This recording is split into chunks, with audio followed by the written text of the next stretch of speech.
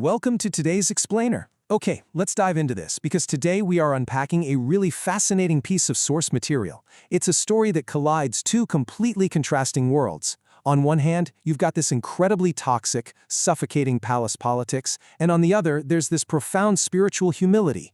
And the one thing tying this whole shebang together? A lost ball in a well. Let's see how the seeds of our future are so often planted in the smallest, everyday actions. Here's our roadmap for today's Explainer. We'll be charting a course from the secretive royal chambers of Hastinapur all the way to the rainy forests of Ujjain, and then culminating in a fateful meeting at a well. We'll cover the poison in Hastinapur, Bhim and Duryodhana's feud, Krishna's humble lessons, Sudama's mistake, the ball and the well, and finally, the legendary Guru Dronacharya. All right, starting off with Section 1, the poison in Hastinapur. Right away, behind these palace walls, the atmosphere is just thick with cover-ups. Queen Kunti is desperately trying to hush up a terrifying truth, which is that a rival prince just tried to poison her son, Bhim, and throw him into the Ganges. So, the crucial point is, in a palace like this, the adults in the room are completely paralyzed. Even the wisest figures feel trapped. As the wise Vidor points out here, Elder Bhishma is literally imprisoned by his own oath. He's sworn to protect the throne, so he's helpless to act against this growing deceit. It's like everyone is tied down by tradition or fear as this ominous shadow of ambition just keeps growing. You can really see this tension when we look at the dueling factions and the contrasting mindsets of the key players running this kingdom. On one side, you have Kunti. She just wants her children to live in peace, going so far as begging them to hide the assassination attempts. And then, on the flip side, King Dhritarashtra and Shakuni are just burning with resentment. Dhritarashtra bitterly believes that fate trampled on his ambitions simply because he was born blind, and he is terrified that the exact same injustice is going to happen to his son. It's a total powder keg waiting to blow. Moving on to Section 2, Bhim and Duryodhana's feud. So, all that toxic energy from the adults, it naturally trickles down to the kids. And as you can see, it manifests in the most brilliantly petty way possible. Now, what's really interesting about this slide is how a childish fight over mangoes perfectly mirrors the much larger toxic fight for the kingdom. Bhim survives the river, comes back actually healthier than before, and gets right back at his cousin Duryodhana.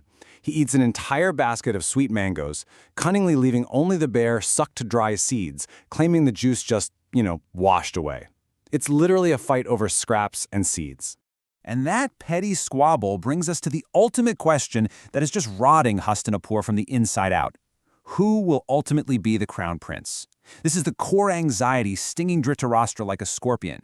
He knows Bhim's brother, Yudhishthir, has the merit and deserves the throne, but his blind ambition makes him desperately want it for his own son, Duryodhana. Okay, let's pivot completely for Section 3, Krishna's humble lessons. We are trading the toxic environment of Hastinapur for the profound spiritual grounding of sage Sandipani's ashram in the rainy forests of Ujjain. Here we encounter a fascinating philosophical concept. Why is Krishna, who has divine essence, sitting in a humble ashram studying as a human? Well, the sage explains that if the divine takes human form, he must endure those human limitations. He has to suffer, show gratitude to a teacher, and demonstrate how to oppose injustice.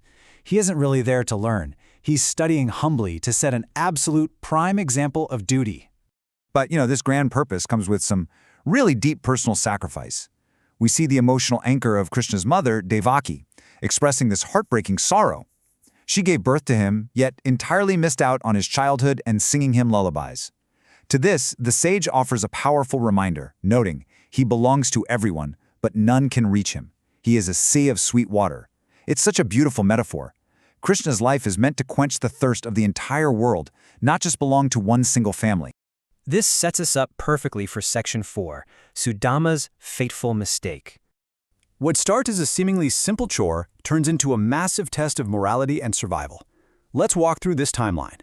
Sent to gather wood in the afternoon, Krishna and his friend Sudama are suddenly trapped by dusk when a terrible storm floods the river. By nightfall, they've had to climb a tree just to escape the wild animals. Then, at midnight, freezing and starving, Sudama makes a fateful, hunger-driven decision. He quietly eats their only packet of food entirely by himself without waking his friend. And come dawn, the teacher discovers this selfishness and brutally curses Sudama to a life of eternal poverty. And this brilliantly illustrates how Krishna responds to Sudama's sin. It's an incredible contrast between the sage's harsh earthly curse and Krishna's grounded divine forgiveness. When Sudama confesses, Krishna simply asks, "A true friend is God's blessing. How then can I lose you for a little food?" He values the bond of friendship way over the transgression itself. It's a truly timeless lesson in grace. Now, let's head back to Hastinapur for our climax in Section 5, the ball in the well. So, the royal princes are playing when, oops, their ball falls into a deep well. Suddenly, these heavily armed boys, who are literally destined to rule the world, are facing a problem they are utterly unequipped to solve. They're just defeated by a toy. As they stand there helpless, a mysterious tall sage dressed in white appears and drops a brutal rhetorical reality check on them. If you cannot save your ball, how can you protect this earth? Talk about exposing their lack of readiness, right? They might have royal blood, but they have zero practical mastery. Let's move to and see how this builds, because the sage doesn't use magic here. He uses applied physics and immense skill to retrieve that ball. Look at these ingenious steps. He asks for simple bamboo branches. First, he throws one stick so hard it pierces the ball. Then he throws the next to pierce the end of the first, creating this interlocking chain of bamboo. Finally, he just pulls the whole chain out. Boom! It is an absolute, undeniable demonstration of mastery. Which brings us to our final part, Section 6, Enter Guru Dronacharya. Completely amazed, young Prince Arjun runs back and recounts this bamboo trick to his grandfather Bhishma, who instantly realizes exactly who this mysterious master is, Guru Dronacharya. Bhishma knows this man has the power to completely change the destiny of the Kuru dynasty. They give him a royal reception, but of course, Hastinapur's toxic politics surface immediately. Shakuni tries to buy the guru off right then and there with bags of gold coins. But Dronacharya instantly rejects the immediate payment, setting a radically new moral standard in a court that is way too used to buying whatever it wants. Dronacharya completely silences the court with this powerful standard. Education cannot be weighed with gold coins. I will take my fees only after I teach them completely. I mean, what a statement! He's declaring that the relationship between a teacher and student must be like the devotion between God and a devotee. The true value of a teacher isn't just some quick transaction. It's about duty, it's about true transformation, and it's about planting the right seeds for the future. We've seen toxic ambitions simmer, and we've seen a true master arrive to mold the next generation.